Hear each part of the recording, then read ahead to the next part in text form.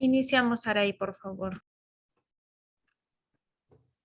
Muy buenas tardes a todos los presentes, quienes están con nosotros en la plataforma Zoom de la Sociedad Geográfica de Lima y a los que nos siguen por Facebook. Desde hace 35 años, la Sociedad Geográfica de Lima, fundada en 1888 por el presidente Andrés Avelino Cáceres, organiza este ciclo de capacitación y actualización de conocimientos. Para nosotros es una gran responsabilidad tener entre los oyentes a tantos maestros y de las diferentes regiones del Perú, escuchando y tomando el pulso de nuestros territorios, de sus paisajes y de sus cuencas y de las diferentes actividades y lecciones aprendidas. El núcleo de la temática para este año, denominada Paisajes, Caminos hacia una geografía de la sostenibilidad, nos permite explorar la riqueza de nuestro país a través de sus diversos e históricos paisajes. El día de hoy nos adentramos en paisajes, flora y fauna por región. Para ello nos acompañan la ingeniera María Sofía Dunin-Borkowski, el doctor Luis Campos Vaca y el doctor Fernando Roca. Ahora le doy el pase a la doctora Nicole Bernes para dar las palabras de inicio. Adelante, doctora. Muchísimas gracias, Saray. Queridos oyentes, amigos, amigas, todos, muy buenas tardes. Ante todo, la Sociedad Geográfica de Lima quiere agradecerles su presencia y su fidelidad, su entusiasmo en querer juntos descubrir una dimensión poco conocida de nuestros territorios a partir de aquella tan grande diversidad biológica de los impresionantes paisajes que crean continuamente. Hace apenas 3 años, antes de la pandemia, festejando los 250 años del natalicio de Alejandro von Humboldt, nos dejábamos maravillar por la precisión de tantos croquis de plantas, animales, paisajes, y era lo mismo con cada viajero.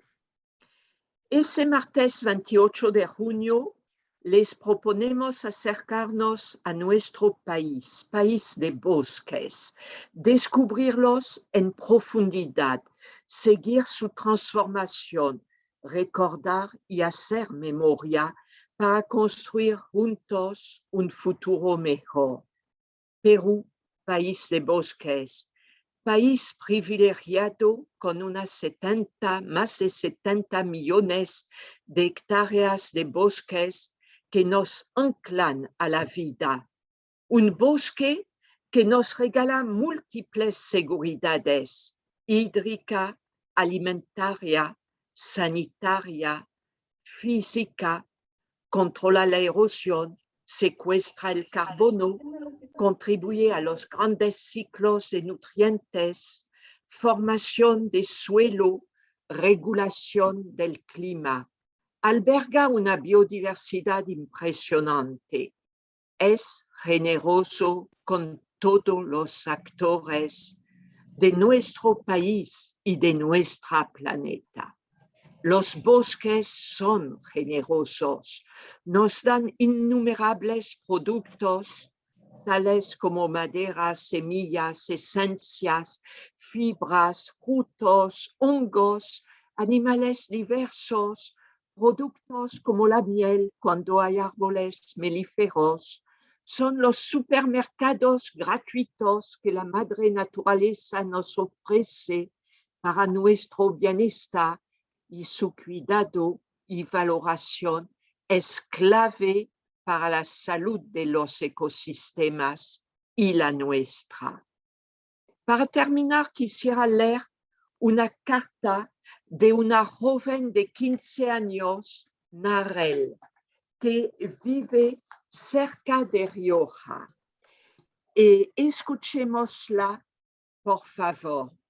Dice: nuestra selva se convierte cada día más en una selva de cemento. Desaparecen las lupunas, los renacos, árboles que, según dicen, son mágicos. Se van las aves chanchos, los monos maquizapas, y los ríos que en los paseos le llegaban hasta el cuello a mi papá, hoy apenas me llegan hasta la rodilla. Aquella selva mágica, colorida y sonora se pierde de a pocos. Muy pronto será como cualquier ciudad, contaminada, gris, estresante. La cordillera azul será marrón. Cuchachi dejará de darle agua a Rioja y se perderán nuestras costumbres. Esta carta es de Narel Rodríguez Ríos, que tenía 15 años antes del COVID y que vive en aquel pueblo tan bonito. Quisiéramos agradecer a la doctora Sofia Dunin-Borkowski por haber aceptado llevarnos en medio de los bosques secos de nuestra costa. Varios desaparecieron prácticamente, como en el sur, los bosques de Huarango de Nazca. Otros siguen de pie y contribuyen al bienestar de muchas comunidades. Muchas gracias, ingeniera Sofia Dunin-Borkowski. Recibiremos también con mucha alegría al doctor Luis Campos Vaca, un extraordinario biólogo que conoce nuestros bosques y ríos amazónicos como nadie y es piurano de Chulcanas. Su amor por la Amazonía lo llevó a emprender programas de evaluación y restauración de gran impacto para los ecosistemas y para las comunidades. Sin embargo, antes de dar la palabra a Saray y de invitar a nuestros dos invitados corridos propuestos a través del bosque seco del norte y en los bosques de nuestra Amazonia, quiero compartir con ustedes un pequeño video que el doctor Fernando Roca, que por motivos de fuerza mayor no puede asistir, nos invita a conocer el bosque, el área de conservación privada, bosque palmeras de Molino Pampa, que alberga el bosque de palmeras más extenso de nuestro país y que está en el departamento de Chachapoyas, de Amazonas y en Ocol. Yo voy a pasarles el video. Un segundito, por favor. Un segundo.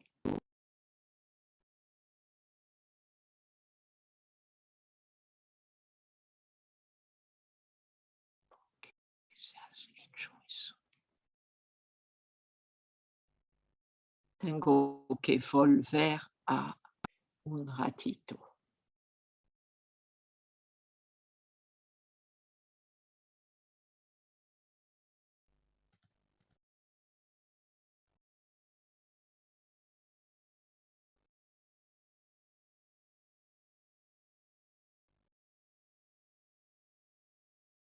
Se está cargando el video, va a tomar medio y ya vamos a compartir.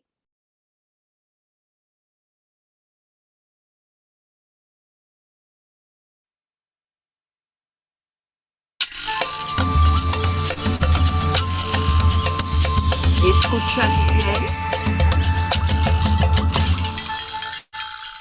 Sí, doctora. A la mañana siguiente nos alistamos para conocer el tesoro más representativo de esta comunidad. Caminamos 8 largas horas por el famoso bosque de palmeras. Un bosque único en el mundo con diversas especies de palmeras del género Ceroxylon.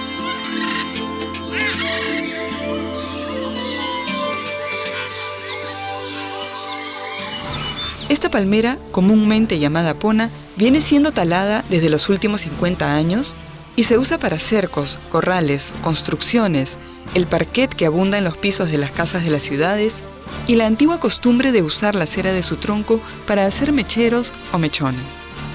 El área del bosque ha disminuido dramáticamente. Por los registros, por las conversaciones de personas mayores, los escritos, es probable que este bosque, que ahora con una extensión de 10.000 hectáreas más o menos, haya tenido 3 veces más la superficie, unas 30.000 hectáreas. Pero aún existe mucha riqueza por conservar y recuperar.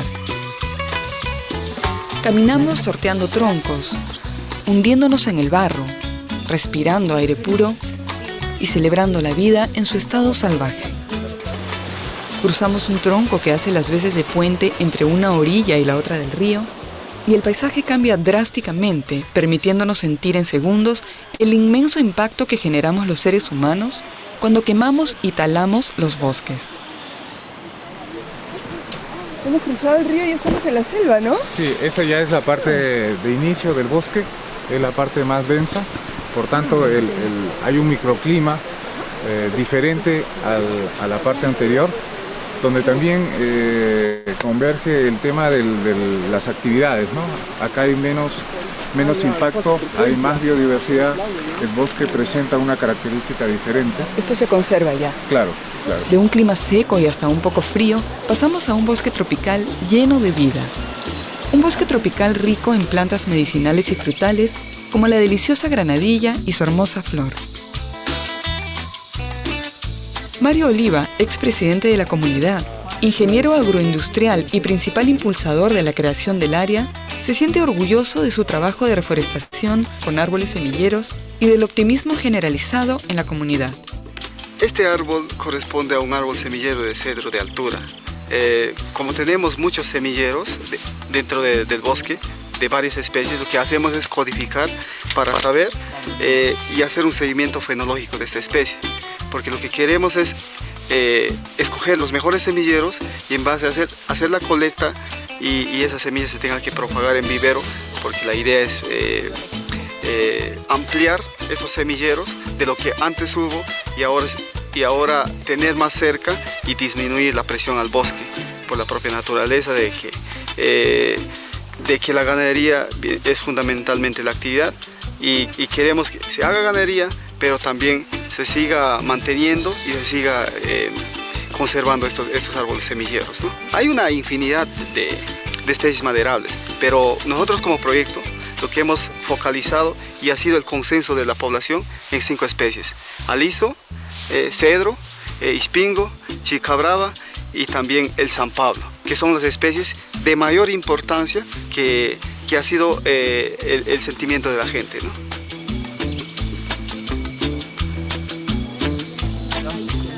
Un bosque tropical es una farmacia natural y las mujeres de Taulía Molinopampa lo saben. Señorita Nuria, acá la voy a enseñar. Hay una planta de matico. Este se lo utiliza acá para desinflamar las heridas heladas con esto. ¿Medicinales? Sí, medicinales. Esto se llama matico. También se utiliza como tecito en las tardes para la digestión. ¿Y ustedes la pueden sacar y llevar o hay algún manejo? Se puede sacar unas cuantas hojitas, con lo que sea necesario para curarse, ¿no? Pero arrancarlo todo no se puede. Como no podía faltar, todo bosque que se respeta tiene su chorrera. Así le llaman estos simpáticos amigos a una preciosa catarata a la que nos apuramos en lanzarnos, pese a que no ha salido el sol y sus aguas están heladas. Ya con el cuerpo agradecido por esas aguas tan saludables, podemos empezar a subir al corazón de esta aventura, el mirador del bosque.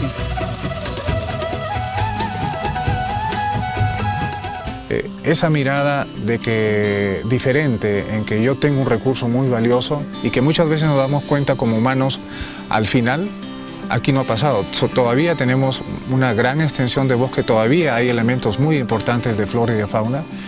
Y creo que ese recapacitar de la población y decir, yo quiero que esto siga manteniéndose, porque quiero que a futuro las generaciones sigan viendo esto, es digno de de alabar y es un gran ejemplo para otras áreas, no tan solo aquí en Amazonas, sino para el país.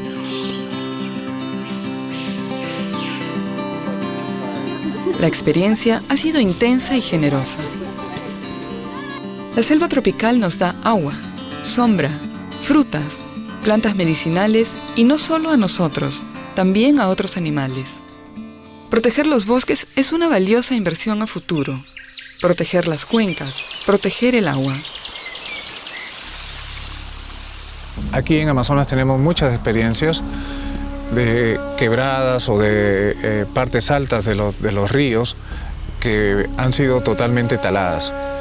El gran problema que tienen varias ciudades aquí en Amazonas, por ejemplo, es que, por poner un ejemplo, Bagua Grande tiene agua solamente 3 horas cada 2 días y ni siquiera es potable. Entonces es un privilegio el hecho de estar aquí, tener agua las 24 horas y escuchamos el sonido del agua y está todo el año el agua.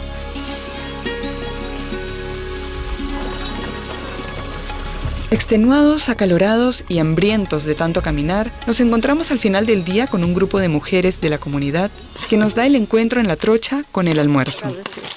Eso es amor.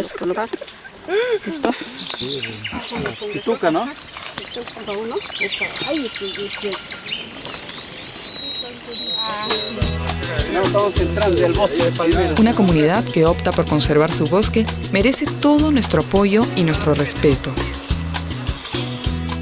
Lo aprendido vale más que el oro. Nuestros árboles y nuestras fuentes de agua también. El beneficio, a la larga, es para todos. Han sido 3 días de compartir esfuerzos, risas y mucho, mucho cariño. Luego de más de 2 años de trabajo y alegrías, el esfuerzo de los comuneros de Molino Pampa que representa Mario ha llegado. Cuando reconocemos a alguien a través de un área de conservación privada, lo que estamos haciendo desde el Estado es reconocer al propietario en su valor solidario.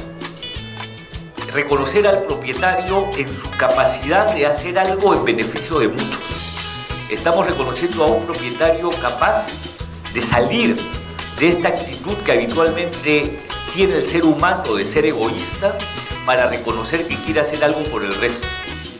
Nunca olvidaremos a nuestros amigos de Taulía Molino Pampa. En nuestros corazones todavía cantan los pájaros de ese hermoso bosque. Gracias a esta ejemplar comunidad, nuestros hijos y nuestros nietos también podrán conocerlo.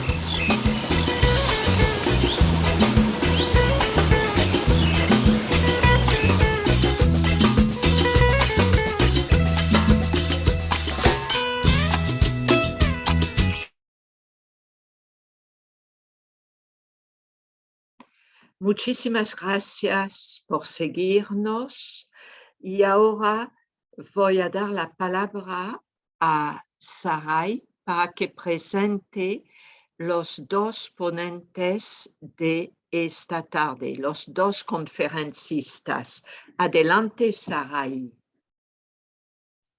Gracias, doctora Nicole. Continuamos con la siguiente ponencia de la ingeniera María Sofía Dunin-Borkowski. Ella es ingeniera forestal por la Universidad Agraria de La Molina, es especialista en sistemas de información geográfica y teledetección aplicados a gestión del riesgo de desastres, gestión de recursos forestales e hídricos y adaptación al cambio climático.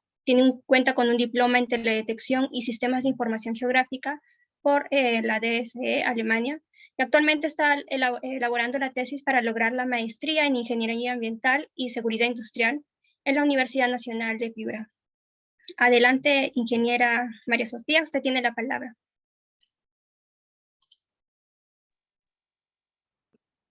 Buenas tardes.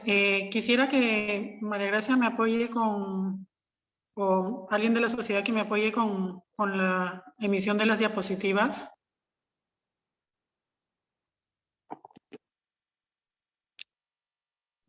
Sí, en este momento.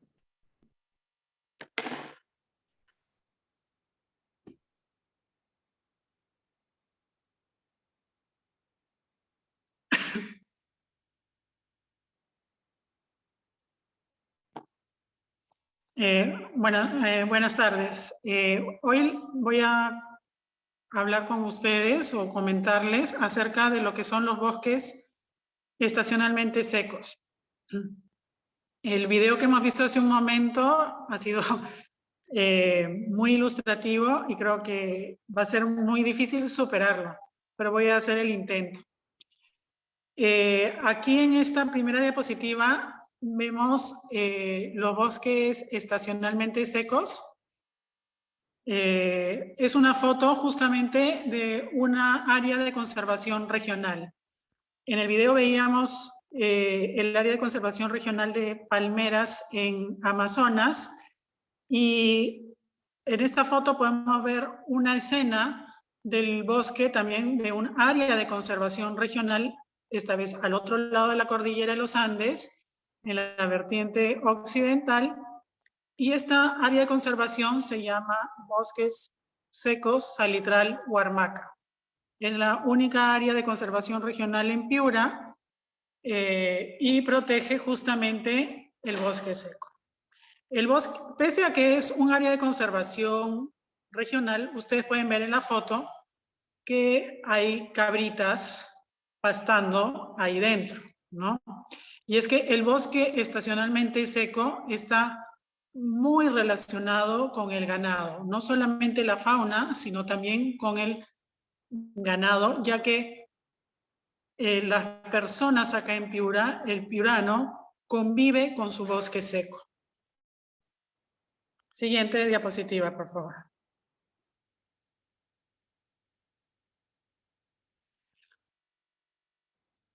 Aquí podemos ver el mapa de ecosistemas del Perú. Este mapa fue realizado por el MINAM en el año 2018 y es el mapa oficial de los ecosistemas del Perú.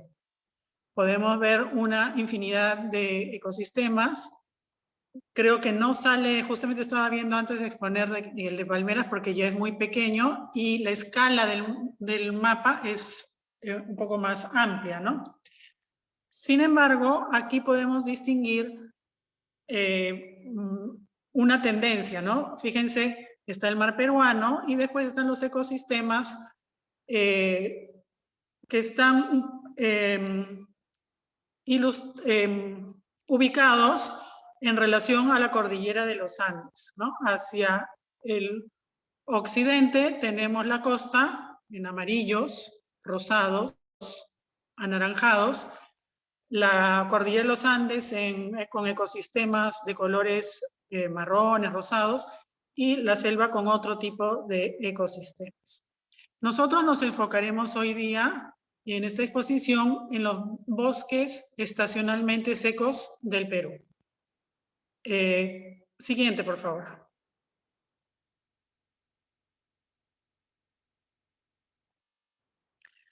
El mapa que vemos aquí es lo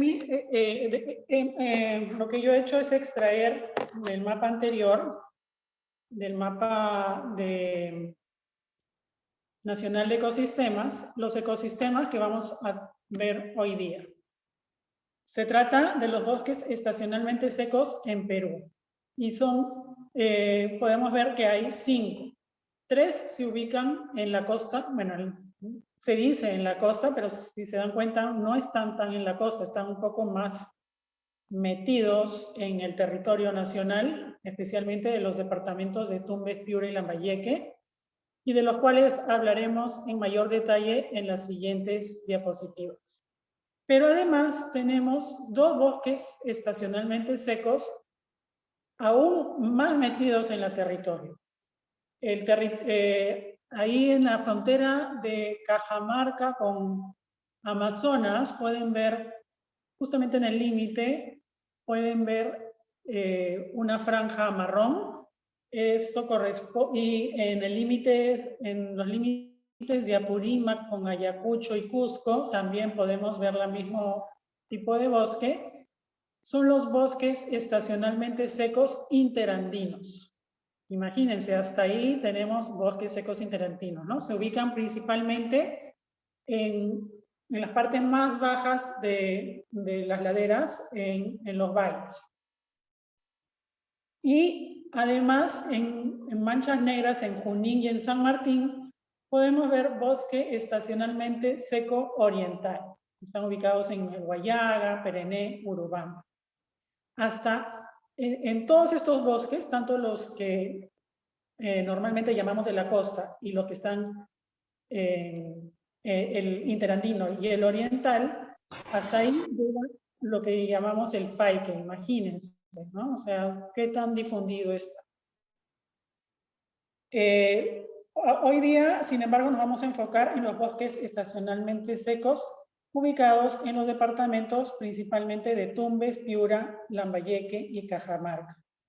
Ahí tenemos el bosque estacionalmente seco de colina y montaña, que es el que ubicamos aquí en anaranjado en el mapa, y que ocupa 1.5% del territorio del Perú.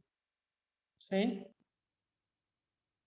Después tenemos el bosque estacionalmente seco de llanura, o sea, en territorios más llanos, ya veremos algunas fotos, en amarillo en el mapa, y ocupa un poco menos, casi un poquito más de un 1% del territorio nacional. Y finalmente, en unas manchitas verdes, podemos ver aquí, no se aprecia muy bien el mapa, pero se pueden ver algunas líneas en el departamento de Ica y algunas otras en La Libertad, más conspicuamente en Lambayeque. Son líneas como verdes que siguen la orientación de los ríos, ¿no? Están en el cauce de los ríos y ahí es donde se ubican principalmente algarrobos, ¿no? No quiere decir que en los otros bosques secos de la costa norte no hay algarrobos, pero es aquí en las áreas verdes donde predomina o donde la especie más abundante es el algarrobo. Estos, como ven en el mapa, son espacios muy pequeños, en un área muy pequeña, y solamente ocupan 0.05% del territorio. Siguiente, por favor.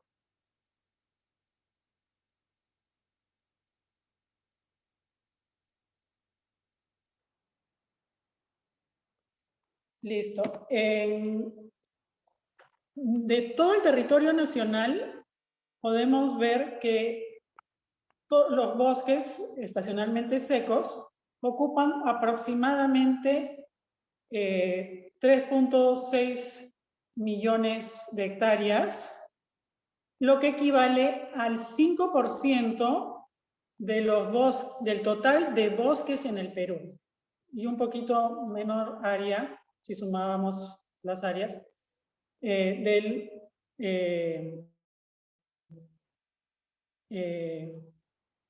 bosque, con relación al territorio nacional. Los bosques estacionalmente secos en la costa norte, nos dice Ana María Hockengem, se extiende desde el litoral, entre el Valle de Tumbes hasta el Valle de Olmos, ¿no? O sea, sería desde la frontera con el Ecuador en Tumbes hasta Lambayeque, en Olmos. Sube en el piedemonte andino y en las partes bajas de los valles interandinos, en una zona donde llueve en forma irregular todos los años. Y esto lo indica Hockengem en el año 1998. Y han pasado ya muchos años desde esa época y podemos confirmar lo mencionado por ella. La lluvia en estos bosques es muy irregular y depende mucho de las estaciones del año. Siguiente, por favor.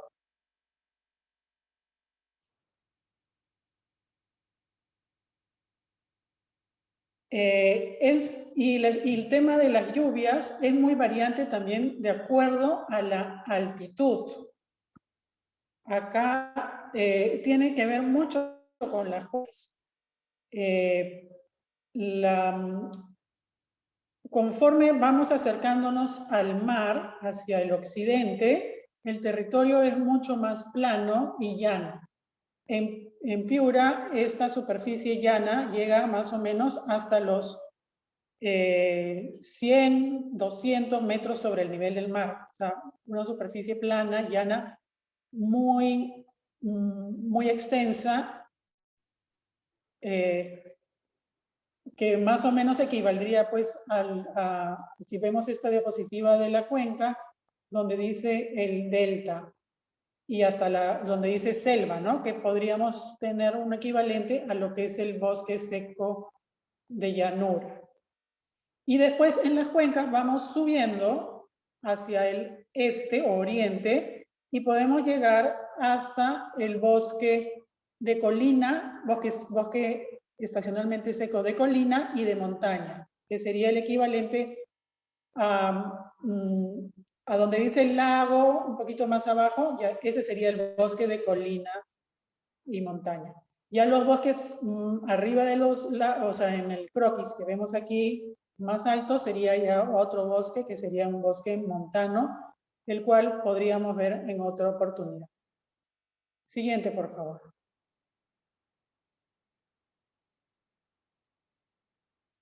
Entonces, es así como las cuencas y los bosques que las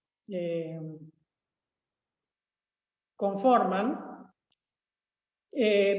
generan en Tumbes, Piura y Lambayeque principalmente 3 tipos de bosque estacionalmente seco. Vamos a ir ahora desde la parte más alta hasta la parte más baja. El bosque estacionalmente seco de colina y montaña, les decía yo que ocupa 1.5 más o menos % del territorio nacional. Tiene un bioclima árido o semiárido. Y les decía también que la precipitación es estacional y escasa, con alta variación, tanto a lo largo del año como en épocas de lo que sabemos que ocurre aquí, como es el fenómeno del Niño. Entonces, por ejemplo, en un año ahora, en junio, julio, casi no llueve en el bosque estacionalmente seco. Hoy por hoy no está lloviendo en la parte de este ecosistema. Sin embargo, hacia marzo, todos los años, llueve un poco más, pudiendo tener hasta 1000 milímetros al año acumulado, ¿no? Es un bosque semidenso, predominan especies caducifolias, es decir, que sus hojas se caen. No tanto, justamente cuando hay escasez de agua es que se caen las hojas. Los árboles en este bosque son bastante altos, llegan hasta los 12 metros y tiene, como pueden apreciar en la foto, arbustos principalmente. Está ubicado en las laderas de las vertientes occidentales de los Andes, en colinas lomadas. Va desde los 400 hasta los 2000 metros sobre el nivel del mar. Y como pueden ver, aquí podríamos encontrar, y está muy el oso de anteojos, ¿no? En este momento hay una ONG que trabaja en el departamento de Lambayeque a favor justamente del rescate y de la supervivencia de esta especie en Chiclayo, Lambayeque. Siguiente diapositiva, por favor.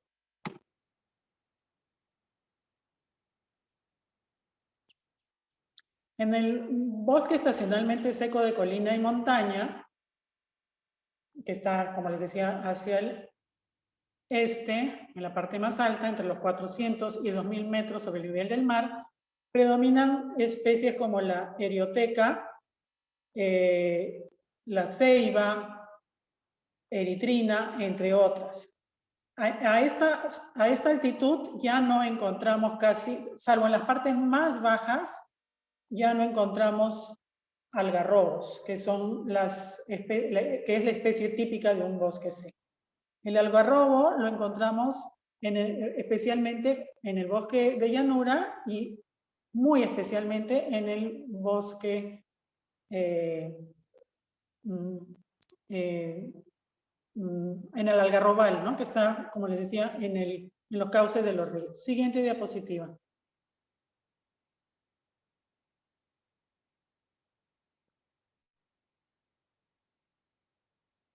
El bosque estacionalmente seco de llanura, aquí lo vemos en la parte izquierda de la diapositiva, en amarillo, está ubicado en la parte más plana del departamento de Piura y va desde los 0 hasta los 500 metros sobre el nivel del mar.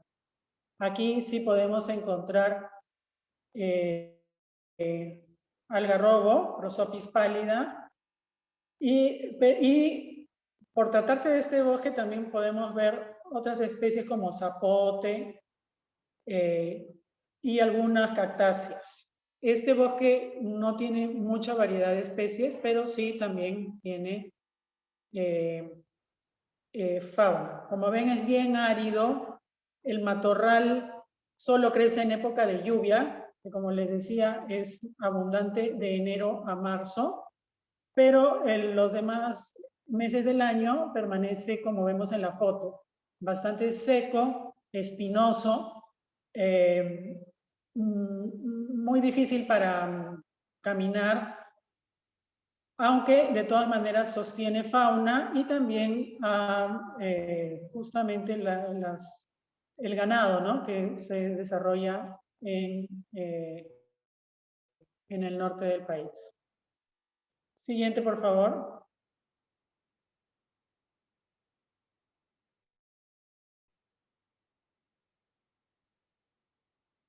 Aquí podemos encontrar el zorro costeño o sechurano y como les decía, las especies predominantes son el Prosopis, que sería el algarrobo, la Vaquelia, que es paique y que, ¿se acuerdan?, está diseminado por todos los bosques estacionalmente secos, el zapote y el charán. Justamente el charán es una especie muy característica de esta zona, es achaparrado y aguanta muy bien las condiciones secas de este bosque.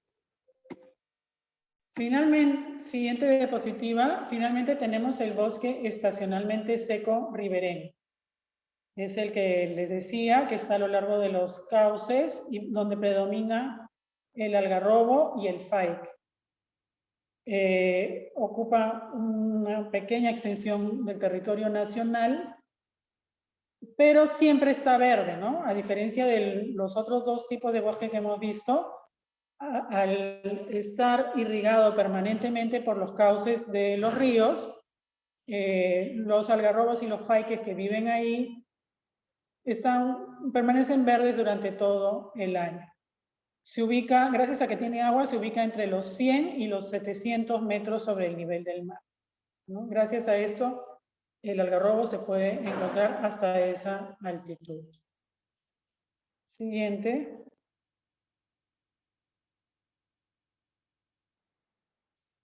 Hace unos años, Bioversity hizo unas fichas de las especies de los árboles que están en los bosques estacionalmente secos, ¿no? Yo he escogido esta del algarrobo porque el algarrobo es la especie más característica. Aquí podemos ver en la época de floración, de fructificación, para los diferentes lugares, cuándo es que se colectan las semillas, cómo se puede propagar, los usos maderables y no maderables para cada una de las especies.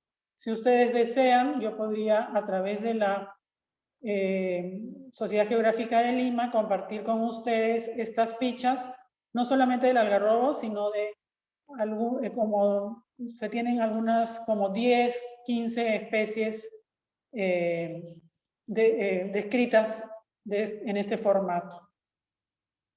Las especies que se ubican en este bosque estacionalmente seco ribereño serían el algarrobo, el faique, el aromo, el zapote y algunas especies de inga que serían, y de anona, ¿no? Anonas son parientes de la chirimoya y el inga, que son parientes de la guava o pacay.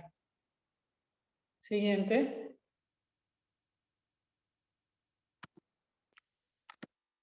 He querido agrupar en una diapositiva la fauna que habita en los bosques secos ubicados en la región noroccidental del Perú.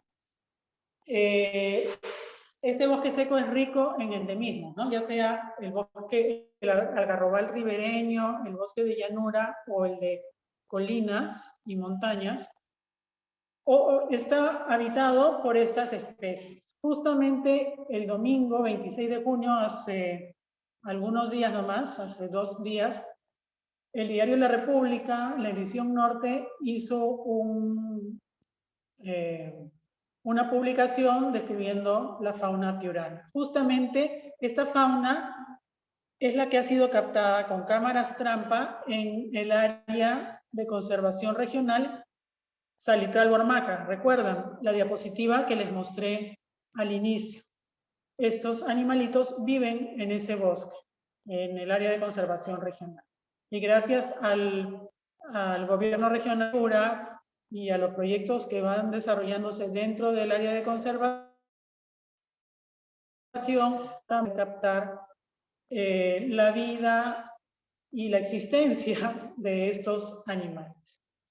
La fauna aquí en el bosque seco es rica en mamíferos, principalmente nativos, pero también hay introducidos, como ya les he contado. Hay aves, muchas aves, de las cuales destaca la pava aliblanca, que también vive justamente en el bosque de colina y montaña, en el límite, en Lambayeque principalmente. Hay reptiles, anfibios y varios peces y crustáceos en los cauces de los ríos. Siguiente, por favor.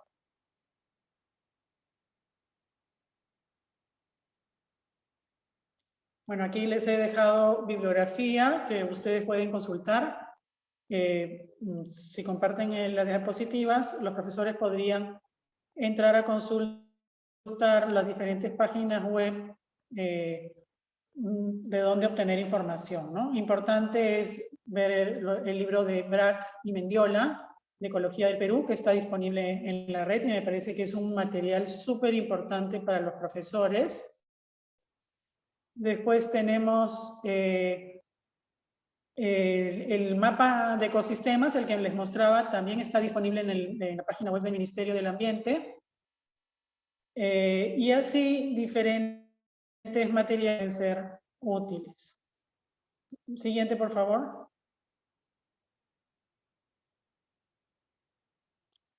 Muchas gracias. Aquí levemente una foto en Piura.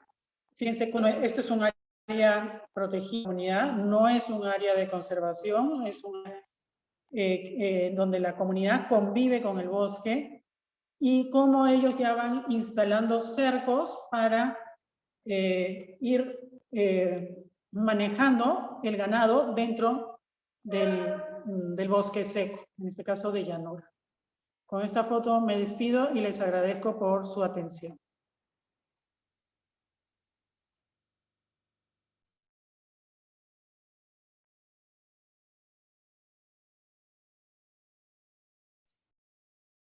Agradecemos a la ingeniera María Sofía Dunin-Bolkowski por su excelente presentación, Bosques estacionalmente secos. Comentarles que el chat está abierto para realizar preguntas a los ponentes el día de hoy, al finalizar las ponencias de todos. A continuación, continuamos con el siguiente ponente. Él es el doctor Luis... disculpen. Si está presente el doctor Luis, el siguiente ponente. ¿Campos? Sí, el siguiente ponente, el señor doctor Campos Vaca. Sí, doctor Campos Vaca. Sí, buenos. ¿Puedes presentarlo? Sí, Saray, por sí, favor. ahorita lo presento.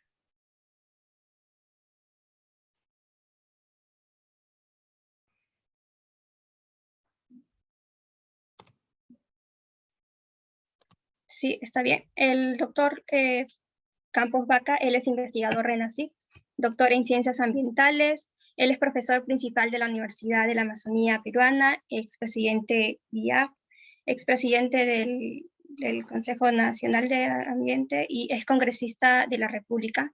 Muchas gracias, doctor. Adelante a su presentación.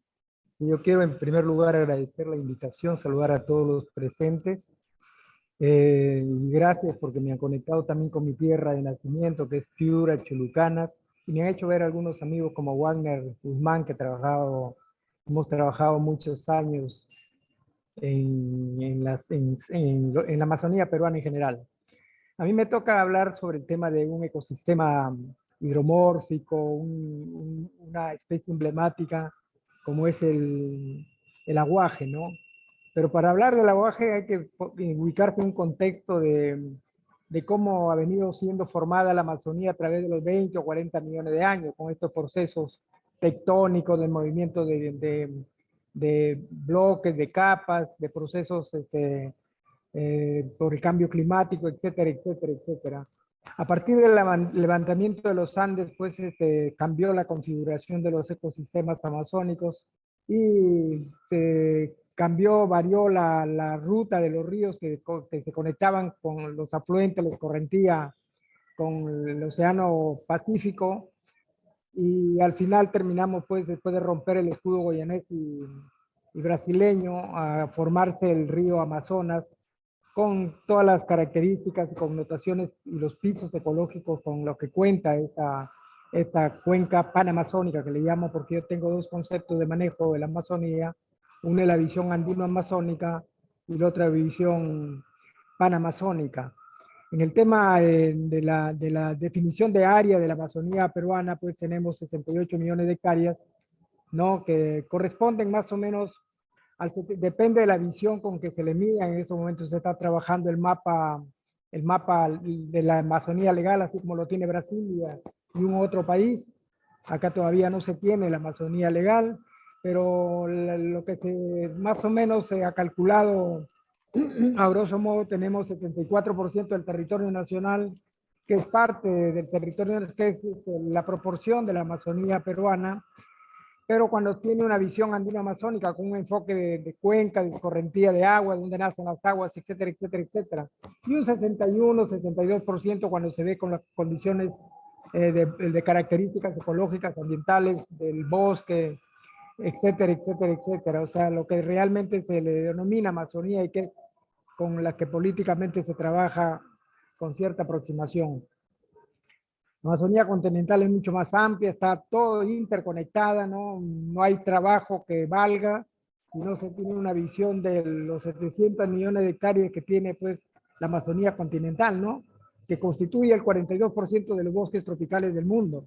Entonces tenemos nosotros un contexto muy importante que tiene que ver con los parámetros ambientales, con los parámetros de proceso, de evolución, con las características físicas, químicas, biológicas, con las características limnológicas, con los procesos antropogénicos, desde el Holozoico, básicamente en los últimos 1000 años, con mayor incidencia, en donde el hombre está un poco influenciando con mucha fuerza en la dinámica, en el cambio de los paisajes, de los ecosistemas, y donde el cambio climático juega un rol importante en la dinámica y en la formación de estos ecosistemas.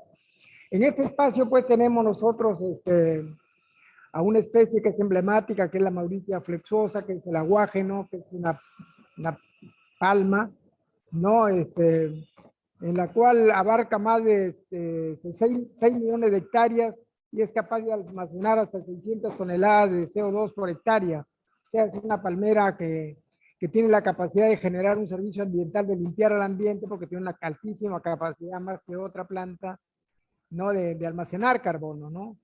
Estos viven en unos suelos, pues en unos pantanos, que está relacionada al tema del pulso hídrico, de los conceptos técnicos científicos del pulso hídrico y al concepto de calidad de agua, ¿no?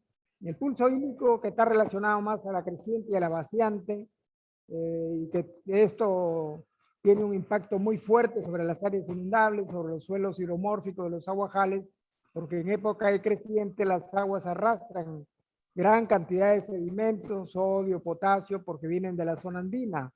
Por supuesto que las aguas locales, aguas de lluvia y las aguas negras, que son propias de los procesos de eutroficación y que generan aguas ácidas, con las aguas blancas que vienen de la parte andina, generan una dinámica muy importante que propicia pues la altísima biodiversidad en los ecosistemas amazónicos. Entonces, ese es un criterio importantísimo que hay que considerar, ¿no? En estos ecosistemas. Y por otro lado, el rol que juega, pues, por un lado, el cambio climático en relación a la subsistencia, cuando hay estrés hídrico, cuando hay grandes eventos extremos, como grandes estreses o grandes inundaciones.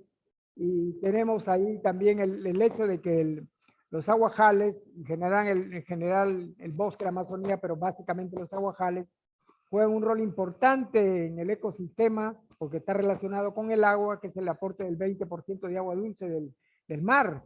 O sea que tiene un efecto muy importante en las corrientes marinas y en el tema de las características del clima global, que es importante tenerlo en cuenta. Entonces, y también capta carbono y está interrelacionado a nivel de los vientos alisios, contralisios, que vienen por evapotranspiración del Océano Atlántico. Esas aguas vienen a la zona y al ser bloqueadas por la zona andina, se cae en la Amazonía y genera pues un microclima adecuado como para que tengamos en un horizonte que debería ser con las características de un bosque seco, tenemos un bosque húmedo muy rico en biodiversidad por esa dinámica, por esa fisiología de los ecosistemas y por esa interrelación que se genera con los procesos que se han generado a nivel de los millones de años y que sigue ahora, no está frenado. La dinámica del movimiento, que es milimétrica y no se percibe fácilmente, sigue el empuje de la placa de Nazca, la placa sudamericana y las acciones actuales de la actividad antropogénica y la dinámica propia de los ríos va generando un cambio de los paisajes y una dinámica de especiación y variabilidad genética y de especies, ¿no? Estos aguajales que juegan un rol importante también en la alimentación de la fauna, ¿no? Se alimenta pues a la nutria, al otorongo, al tigrillo, a la chavaca, a los tecarís, al venado, al ronzoco, a los monos, a guacamayo, a los murciélagos, etcétera, etcétera, que son la base alimentaria importante después de la pesca, porque la pesca es una de las principales fuentes de proteína animal para las poblaciones, pero también muchos peces se alimentan de estas frutas, ¿no? En la época de creciente, porque la creciente que va hasta 12 metros de altura inunda esta zona de los aguajales, que permite que los peces y otros mamíferos acuáticos, y en mi época de vaciante, los mamíferos que entran a estas áreas, se alimentan y dispersan las semillas por todo el ecosistema, generando pues un repoblamiento, una dispersión del aguaje con una relación muy fuerte con el pulso hídrico. Entonces, juega pues como alimento el aguaje un rol importante en la generación de la caza, ¿no? De los animales que sirven de alimento en el bosque, ¿no?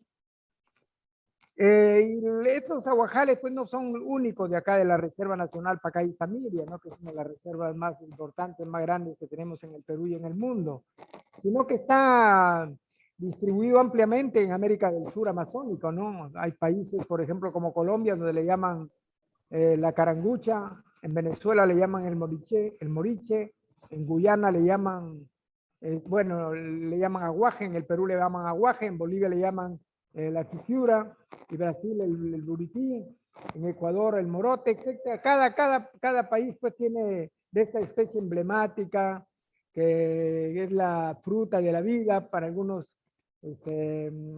visionarios, para algunos investigadores, y por la maravilla que es esta planta, por jugar, que tener una importancia ecológica, económica y cultural. y que realmente necesita una mayor visión, una mayor participación para ser cuidado. En la región Loreto tenemos variedades de aguaje como el ponguete, ¿no? El chambo y el colorado, que hasta este momento pues faltan hacer estudios de por qué la coloración, la parte fenotípica, no está registrada en el mandato biogénico, en la parte genómica, en la parte estructura genética, así como el sexo hasta este momento no se ha podido determinar a nivel genético del sexo. Se usan otras tecnologías que son más de conocimiento tradicional y se hace el cultivo del aguaje por proporcionalidad, asumiendo de que el 50% es macho y el 50% hembra, porque estos aguajes necesitan de machos y hembras porque son pues dioicas, es decir, las hembras necesitan que vengan los insectos y polinicen, que sean polinizados por insectos que han estado visitando a los machos. Entonces hay un proceso muy importante acá de interrelación entre el tema de los grandes polinizadores que juegan un rol importante en el tema global de la biodiversidad y que también están relacionados a una planta importante en su polinización, ¿no? En una planta que tiene un impacto enorme en la economía y es parte de la cultura de las poblaciones amazónicas. Entonces faltan estudios de la parte de reproducción, la variabilidad genética, ¿no? Que es importante tenerla en cuenta para el manejo de estas especies. En Loreto, miren ustedes, hay más o menos 3 millones de hectáreas de aguajales, que representan más o menos 900.000 hectáreas de rodales productivos, ¿no? La mayor cantidad de aguajales se concentra, por supuesto, en Loreto, que es el 16%, pero tenemos en Madre de Dios, en Ucayali, en diferentes regiones de la Amazonía. Por supuesto, con otras condiciones climáticas, con otro manejo, con ciertas adaptaciones que todavía no han sido científicamente definidas, pero porque se sigue con el criterio con mucho más fuerza de los aguajales en áreas de suelos hidromórficos, pero también tenemos suelos en restingas altas, en restingas bajas, en restingas medias, ¿no? Entonces tenemos un espacio importante en esos 13 millones de bosques aluviales que tenemos en la Amazonía, ¿no? Que hay una dinámica fluvial no importante, gracias al pulso hídrico que genera pues una dinámica de mezcla de aguas blancas con aguas negras y aguas claras, que genera la biodiversidad diferenciada en cada uno de estos sistemas, tanto en las barcas que son de agua blanca como el Igapó, que son las aguas negras. Y el rol importante que hay entre la zona andina y la selva baja, que me imagino yo, ¿qué pasaría con la selva baja si no existieran el arrastre de sedimentos de la zona andina, de la cabecera de cuencas que arrastra sedimentos con alta concentración de nitrógeno, fósforo, potasio, es decir, una serie de elementos nutricionales que hacen que las aguas de la selva baja enriquezcan a los ecosistemas y las cochas en época de creciente se vean fertilizadas anualmente, los barriales sean fertilizados y los aguajales sean enriquecidos con nutrientes en la época de creciente. Pero también tenemos la defensa de las aguas negras que juegan un rol buffer, porque son aguas con pH ácido, con ácidos húmicos, ¿no? Con alta resistencia a la contaminación, y que genera pues esta mezcla de aguas blancas y aguas negras una condición de un ecosistema resiliente, ¿no? Un ecosistema que no permite que las aguas, que solamente las aguas negras persistan y se genere pues una escasez de productividad, pero también limitan, regulan que la gran cantidad de sedimentos que viene con las aguas blancas no invadan y genere pues una altísima productividad, una eutroficación y una eutroficación de los ecosistemas que haría cambiar los ecosistemas en forma radical. Entonces tenemos nosotros que en la Reserva Nacional Pacay y Samiria, con más de 2 millones de hectáreas, contienen de aguajales 598.000 de aguajes densos, ¿no? Y 372.000 de aguajales mixtos, ¿no? Entonces tenemos nosotros aquí una característica de bosques oligárquicos, ¿no? Y no monotípicos como lo ven en las aerofotografías, en las en la que cree que es puro aguaje, pero hay mixtos con otras palmeras, ¿no? Y hay monotípicos también, pero con muy poco espacio, pero mayormente son 4 especies que son las que dominan mayormente las palmeras como el aguaje en estos espacios. Se calcula pues que se comercializa, mira la importancia económica, hasta 20 toneladas diarias de aguaje en la ciudad de Iquitos, ¿no? Tiene un rol económico importantísimo. Por supuesto que esto varía de acuerdo a la época del clima, ¿no? Porque han habido años donde el estrés hídrico ha sido extremo y no se llegaron a fructificar los aguajes no fructificaron y los precios del aguaje subían de 30, 40 soles el kilo a 100, 120 soles el kilo, o sea, generando un fuerte golpe a la economía y también a la alimentación de la fauna, ¿no? Cada dama en Iquitos, que son gran cantidad de señoras que viven del aguaje, vende a veces dos sacos de aguaje al día y con eso permite pues alimentar a sus hijos, darle educación a sus hijos, o sea, el aguaje juega un rol importante en la parte social, ¿no? Pero también tenemos una parte importantísima que es el tema de la característica de la pulpa y el aceite, que posee un alto porcentaje de compuestos bioactivos y que actúan en la prevención del estrés no oxidativo, enfermedades crónicas, funciona como antioxidante, antiinflamatorio y antiagregante plaquetario, es decir, evita los trombos, la trombosis no cerebral, porque permite, pues, ayuda con los procesos de antioxidación, los procesos de reducir la formación de plaquetas, reducir los riesgos de infarto cardíaco. También son importantes en la protección solar, ¿no? Solar se añade como antioxidante natural en los cosméticos, capilares y diversidad de productos farmacéuticos. Acá se producen diferentes tipos de productos en base al aguaje, como son el aceite, porque tiene pues el beta-caroteno, que tiene más de 5 veces vitamina A, beta-caroteno que la zanahoria, ¿no? Tiene omegas. En 100 gramos de pulpa de aguaje tenemos calcio, hierro, retinol, ¿no? El retinol tiene 706 microgramos, la tiamina, la riboflavina, la niacina, ¿no? El retinol, pues, que permite combatir la desnutrición con niños que tienen hipovitaminosis y que podría tener un impacto muy fuerte si se amplía el uso de esto con las empresas que existen en estos momentos agroindustriales que procesan el aceite de aguaje, la pulpa como polvo de aguaje, los cosméticos, como para la cosmética es usado como bloqueadores solares, para el pelo, etcétera, etcétera, etcétera.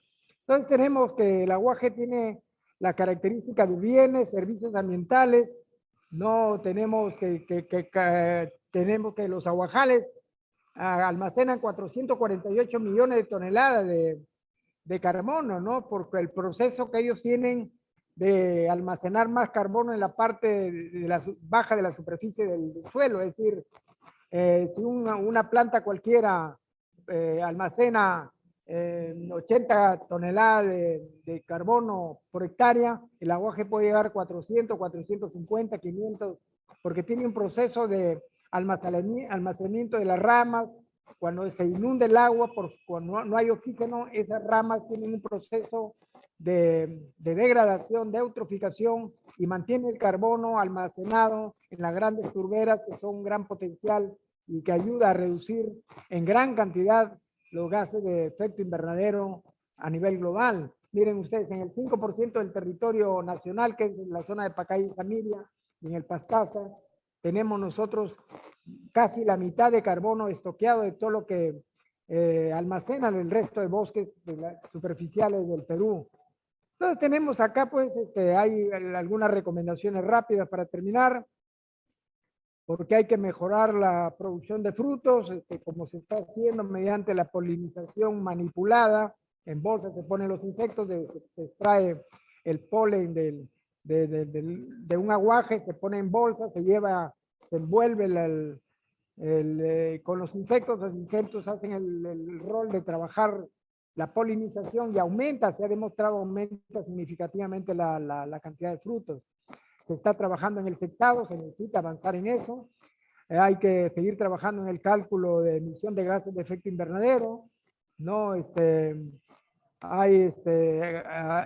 Evaluar los aerosoles, que juegan un rol importante en la generación de las precipitaciones, de los ciclos hidrológicos, el CO2, el metano. Para eso hay torres instaladas acá, hay convenios internacionales del IAP, la universidad ha conseguido un proyecto, la UNAP, donde trabajo, ha conseguido un gran proyecto a nivel internacional para evaluar el tema de los gases de efecto invernadero, del sotobosque, de algunas plantas, de algunos niveles del bosque.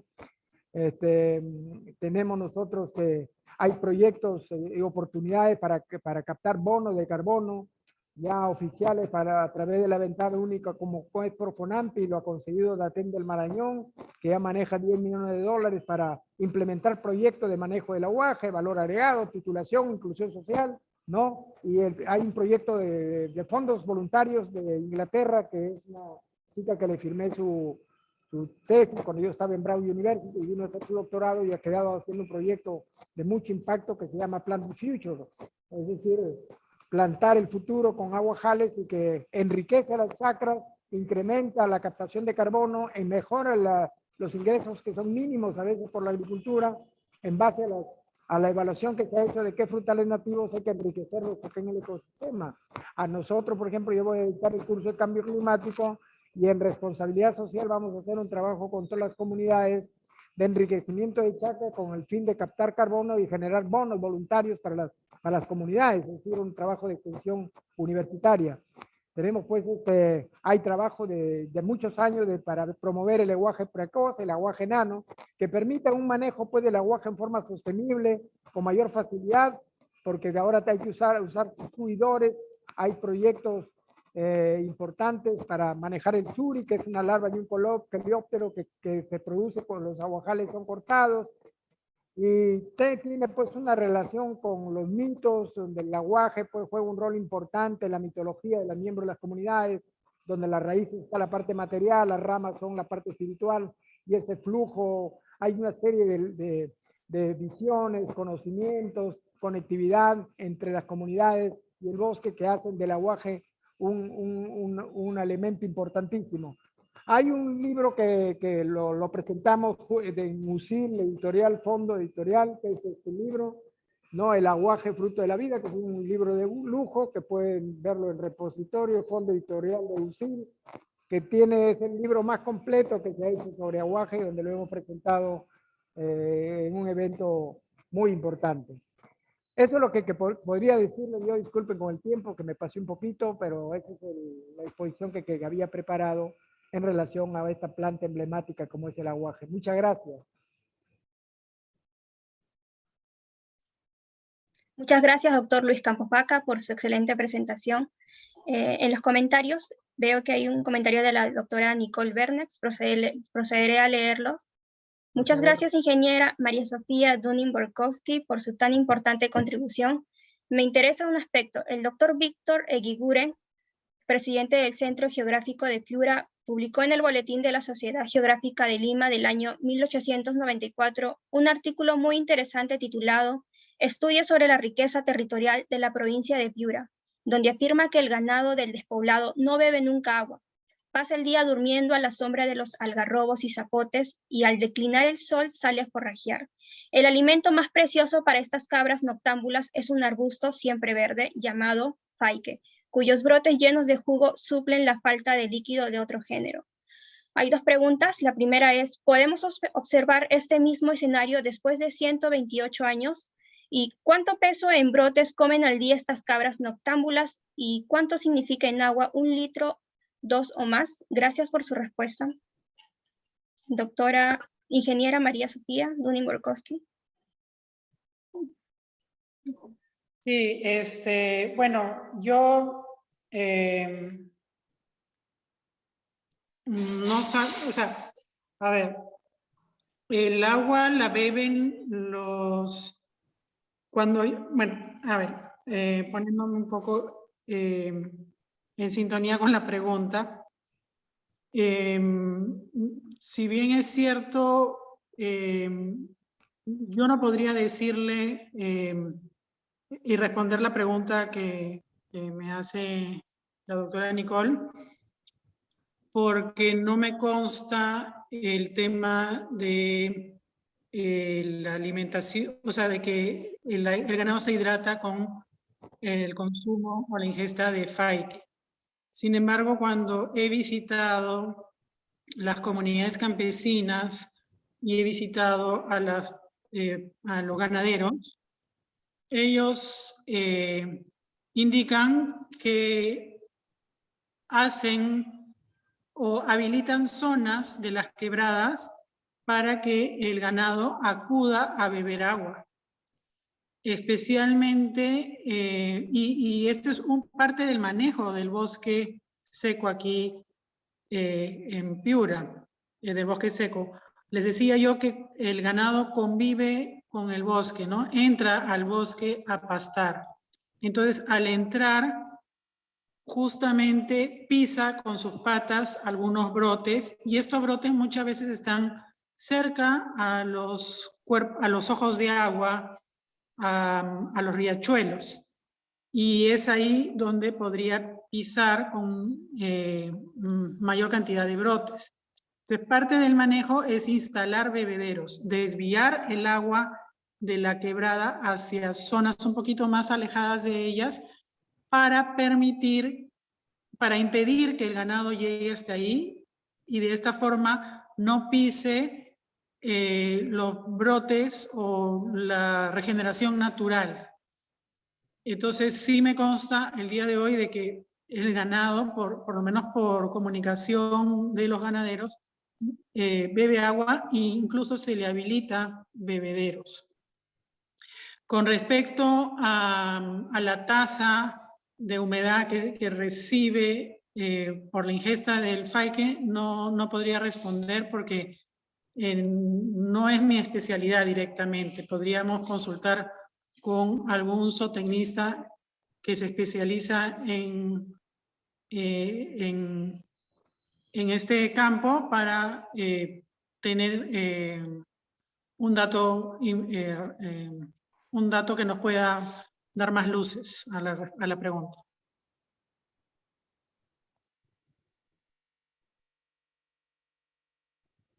No te escucho.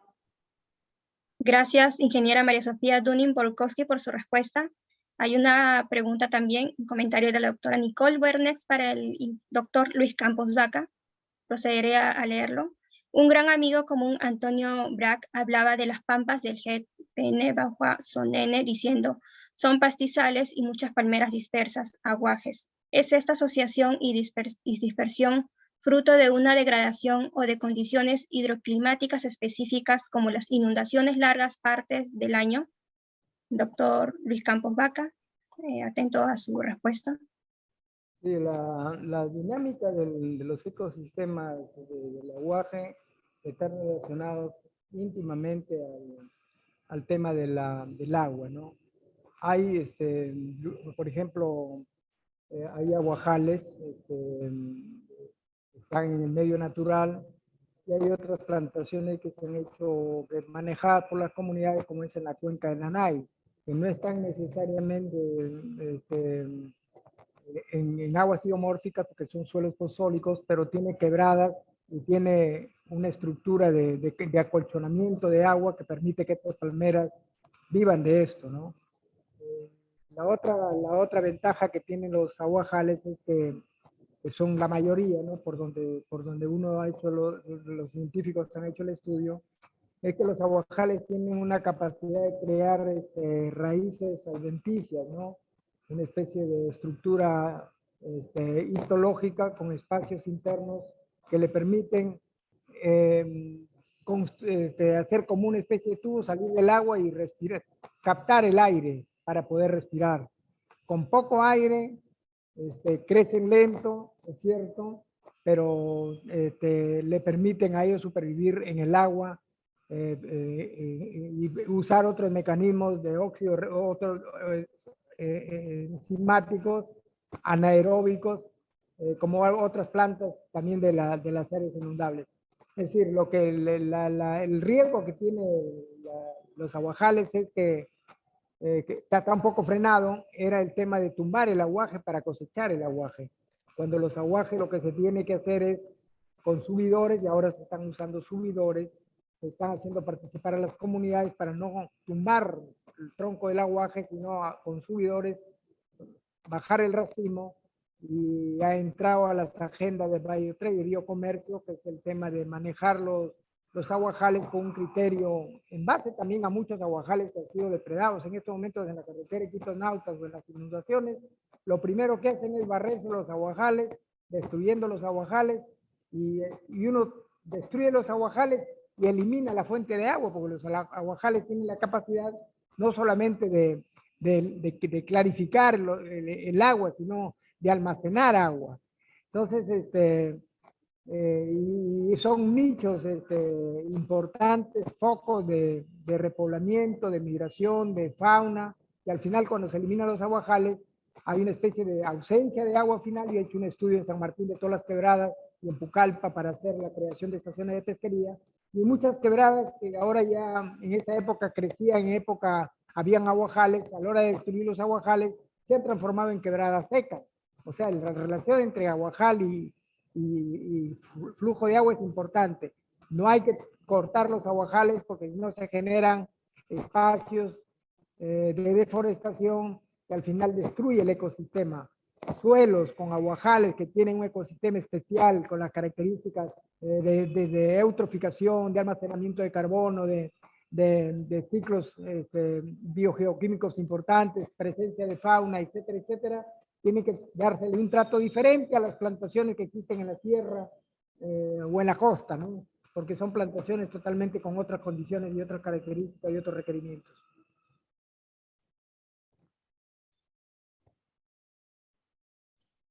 Gracias, doctor Luis Campos Vaca, por su respuesta. Ahora, continuando, le doy el pase a la doctora Nicole Bernex para sus palabras finales. Adelante, doctora.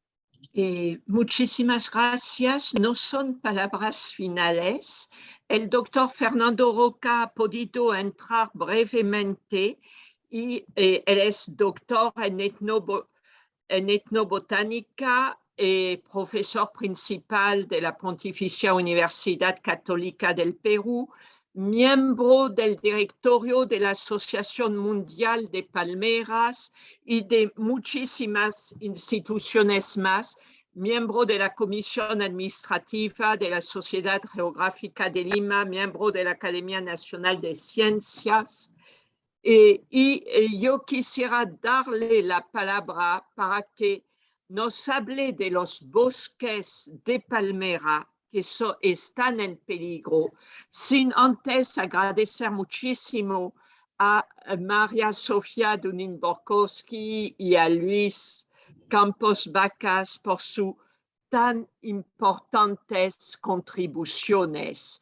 Pero, por favor, doctor Fernando Roca, ¿me puede escuchar? Sí, doctora, le escucho. Voy a tener que hacer una rápida presentación. Buenas noches, porque tengo a las 7 otra reunión. Voy a colocarles un PowerPoint que hice hace un tiempo, que es sobre estos bosques de palmeras andinas, que son palmeras muy particulares. Son del género Ceroxylon, que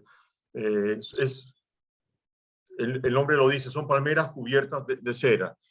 ¿Ya? Este bosque es único en el Perú, está en la zona de Amazonas, y ahora es un área de conservación de una comunidad campesina de Taulía Molinopampa, ¿no? De una altísima biodiversidad, y parece ser que este ha sido el centro de dispersión para el resto de América del Sur. De hecho, la palmera una palmera de cera en Colombia, es la palmera nacional, que es el Ceroxylon quindihuense, ¿no? Esta área fue creada en el 2012, es en la zona de las yungas andinas de la vertiente oriental, ¿ya? Y lo administra esta comunidad campesina que está en el camino que se encuentra entre Chachapoyas y Rodríguez de Mendoza, a 2.200, 2.300 metros de altura, ¿no? Ellos quieren conservar este bosque por la diversidad, porque es un reservorio de agua, porque captura carbono y porque ahora está comenzando a atraer el turismo, ¿no? Es un bosque que está en peligro porque ha sido talado para la crianza de ganado, ¿no? Estas palmeras Ceroxylon se encuentran en todo el Perú, pero la mayor concentración está en esta zona que forma parte de la llamada depresión de Huancabamba, que ha servido de cinturón ecológico entre la vertiente oriental, la vertiente amazónica y la vertiente del Pacífico.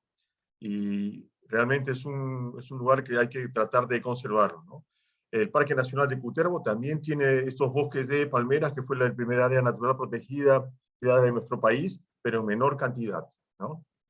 Los Andes neotropicales en América del Sur crean una región de altísima biodiversidad, toda la zona andina que está dentro de los trópicos, y esto produce muchos endemismos, es decir, especies únicas de flora y de fauna, ¿no? Y por eso se ha creado este punto caliente, este hotspot, que es Darién, Chocó, Tumbes, que comienza en Panamá y termina en la zona norte del Perú, donde también donde se encuentra este bosque de palmeras, ¿no? Entre estos endemismos hay dos tipos de palmeras que crecen en los Andes, o sea, son palmeras de altura, de frío, no son como las palmeras de la Baja Amazonía, son de los géneros Ceroxylon, que es este bosque que hay en Ocol, en Taulía, Molinopampa, en Amazonas, y Parayubea, que hay sobre todo en Colombia, en Ecuador, y también en Bolivia, con dos especies distintas, pero hemos encontrado una de esas especies en el Perú, en la zona norte, en Tabaconas, en la frontera con el Ecuador, en la provincia de San Ignacio, en Cajamarca, ¿no? Esta es una Parayubea cocoides, en la zona del páramo, de inicio del páramo, como ven, son tierras bastante degradadas, y encontramos solamente estos bosques que están protegidos en esta zona de las vertientes, ¿no? De las quebradas, ¿no? Los Ceroxylon, por el contrario, están en este tipo de bosques a una altura un poco menor. Son muy abundantes.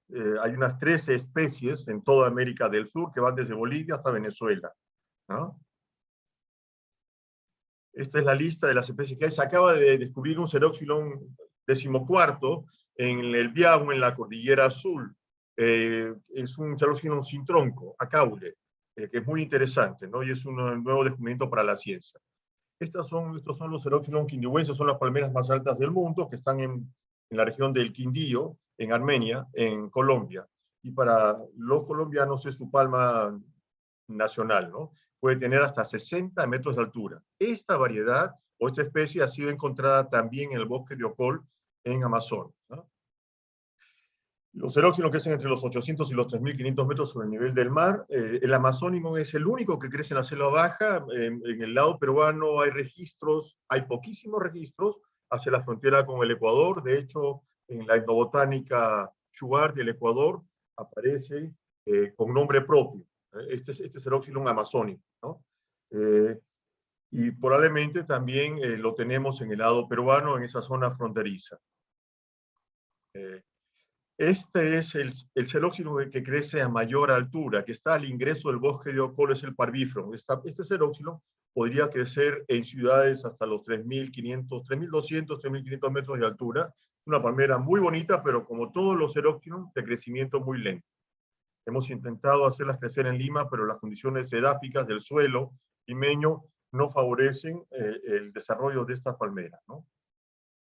En Taulía, Molinopampa tenemos estas variedades, el Parvifrons, que ya lo han visto, el Equinulatum y el Quindihuense, y uno más, que es el Peruvianum, pero que está fuera de la zona, está en las inmediaciones de este bosque, que son como 3 cadenas de montañas cubiertas de palmeras, pero no se encuentra allí, sino en los alrededores, fuera de este valle, ¿ya?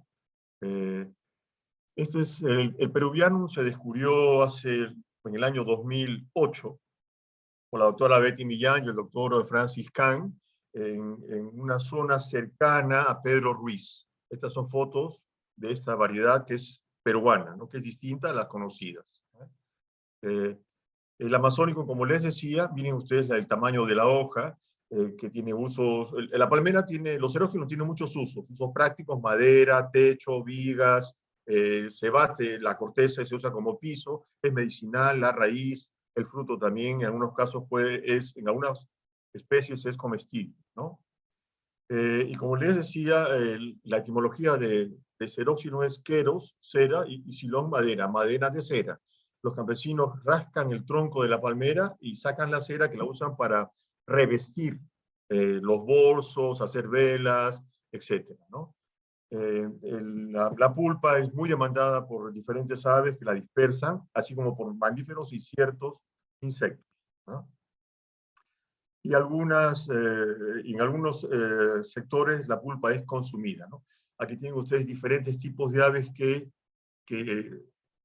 consumen y dispersan estas semillas. Este es un trogón, pariente sudamericano del quetzal centroamericano, tucanes y diferentes variedades de loros, de citácidos, ¿no? Vean ustedes aquí la casa de una campesina cuyas paredes son de la corteza batida de esta palmera, ¿no? Entonces, la relación con las palmeras, entre los seres humanos y las palmeras es ancestral, ¿no? Y los cocos son los más conocidos, ¿no? Que están dispersos por todo el planeta. La nuez de betel en Asia, de la que se extrae, como ven en este texto, un estimulante para consumo humano, ¿no? La nuez de betel, o la palmera de la nuez de betel, es la Areca catechu, ¿no? Y que se mezcla este extracto con una hiperácea de la familia del matico, ¿no? Y se usa también con fines medicinales. En el Perú, por supuesto, tenemos el palmito que se saca del pijuayo, que se corta y que rebrota, del aguaje que hemos estado hablando hace un instante, que ahora ya se cosecha, ya no se corta la palmera, por suerte, y tenemos el boom del huasaí en Brasil, que ahora se consume en todo el planeta casi. Se usa la pulpa del coquito, que es antioxidante, tiene una serie de propiedades nutritivas, alto valor en proteínas, y se usa como base para postres, para dulces, para medicinas, etc., ¿no? El bosque de Tablilla Morinopampa se ha reducido bastante, ¿no? Pero lo que queda está siendo, por suerte, ya protegido, ¿no? Y Conservamos por Naturaleza, que es una ONG peruana, que está trabajando en la protección de este bosque, ¿no? Toda esta zona es una zona muy, muy interesante, pero lamentablemente está amenazada por cultivos ilegales, coca y amapola, ¿no? Y los servicios ecosistémicos que nos ofrece este bosque son muy variados, ¿no? Y son muy importantes, ¿no?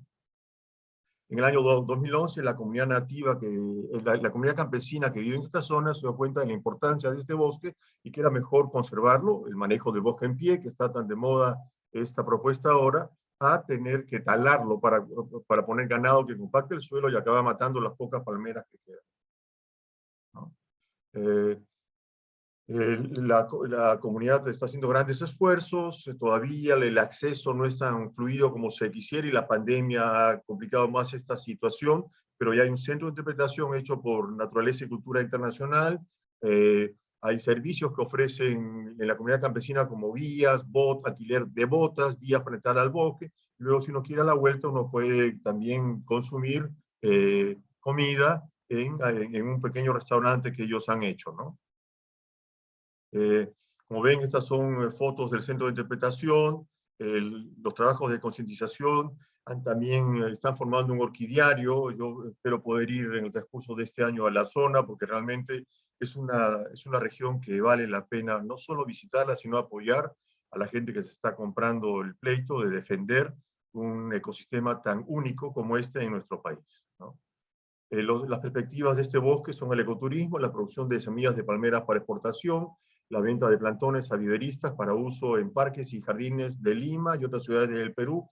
En Lima el suelo tiene que ser tratado para evitar problemas que hemos tenido nosotros con algunas experiencias que hemos hecho en la Pontificia Universidad Católica. Y estas son algunas de las actividades que los pobladores están comenzando a incorporar lo que piensan incorporar, ¿no? Por supuesto, la avifauna, el avistamiento de aves es otra de las actividades dentro del rango del ecoturismo, que son los bird watchers, ¿no? Bien, gracias. Disculpen que vaya tan rápido, pero voy a tener que salir pronto también yo para otra reunión. Bien, doctora. Muchísimas gracias, doctor Fernando Roca. Hemos pedido, hemos preguntado, Saray Díaz preguntó si había algunas más preguntas. Si no hay más preguntas, antes de acabar, yo quisiera comunicar primero que ya entramos en un segundo trimestre y que vamos a tener como coordinadora a la doctora Katarzyna Goluszewska de Dunning-Borkowski como coordinadora, miembro de la Comisión Administrativa de Lima. En este segundo trimestre, cada mes, como ahora, vamos a tener un eje que será la hoja de ruta. En el mes de julio son las actividades productivas que se traducen en los paisajes. Los paisajes reflejan producciones que serán mineras, pesquera, agropecuaria, pero también forestal. Y yo creo que va a ser muy importante. Producciones que generalmente se consideran dentro de las producciones primarias.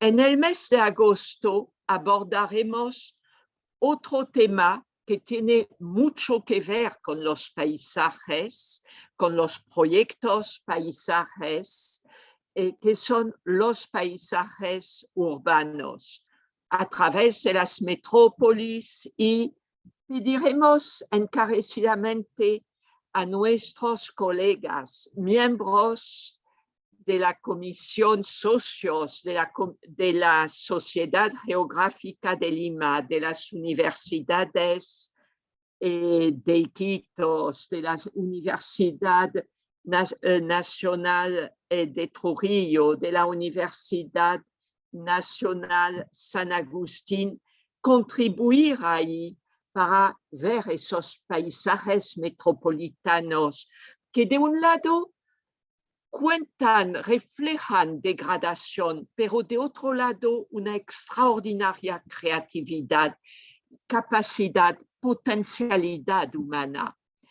Y tendremos también, nos acercaremos de puntilla en los paisajes que nos regalan las ciudades intermedias, como el de Purumpampa en Huamachuco, o el de San Pedro de York, o de Llamas con sus comunidades. Pasaremos por los paisajes de las ciudades turísticas y balnearios como Cusco, Puno, Puerto Maldonado, y no nos olvidaremos de los puertos, esos paisajes que a menudo, por lo menos así era antiguamente, son frontera entre lo conocido y lo desconocido. El mes de septiembre será abierto a nuevos paisajes muy importantes que constituyen los puentes que tanto necesitamos para afirmar nuestras identidades, puentes culturales, paisajes de crianza de la naturaleza. Y dejaremos a destacados estudiosos compartir con nosotros sus conocimientos, pero también abordaremos paisajes como los del Valle de Sondondo o los paisajes lambayecanos, y no nos olvidaremos de los paisajes tanto turístico, cultural, como los de Caralcuelap, Puerto Inca, Sacaco, o de los paisajes culturales de las comunidades, como los de las Samunas, sean las Samunas de Huarochirí o de otra parte de nuestro territorio. A partir de, del 1 de julio, quisiera también no solamente comunicar, pero felicitar a la profesora María del Carmen Carrasco Cuello de Pomalima, que acaba de ser nombrada la nueva presidenta de la Sociedad Geográfica de Lima por el periodo julio 2022, junio 2025. Ella les acompañará y nosotros escucharemos. Muchísimas gracias, Mari Carmen. Yo quiero agradecer realmente con todo el corazón el equipo que me ha acompañado. Sin ellos no habríamos podido avanzar entre luces y sombras, pero avanzar compartiendo con uno u otro rincón del territorio. No están, creo, hoy día nuestros colegas de Huánuco, pero he puesto en el fondo el bosque de la cordillera de Carpich y así están presentes. Muchísimas gracias a Flor Anglas, muchísimas gracias María Gracia Montero, muchísimas gracias señor Pachas, muchísimas gracias Gina Sandoval, gracias también Saray Díaz, que va a seguir apoyando también, y a todos ustedes. No es un adiós, es solamente hasta la próxima semana. Con la guianza nos va a guiar la doctora Katarzyna Goluszewska de Dunning-Borkowski y la profesora María del Carmen Carrasco. Mari Carmen, si quieres decir algunas palabras. Bueno, ha sido improviso, pero nada, en realidad ya casi me conocen desde hace un tiempo y será pues un gusto acompañarles, no solamente apoyar en estos 3 años de trabajo en la sociedad, sino acompañarles también en esta actividad que es tan entrañable para todos los que somos de la casa y de la familia de la Sociedad Geográfica de Lima. Pues un abrazo grande para todos y nos seguiremos viendo. Muchas gracias. Muchas gracias y hasta el próximo martes, perdone.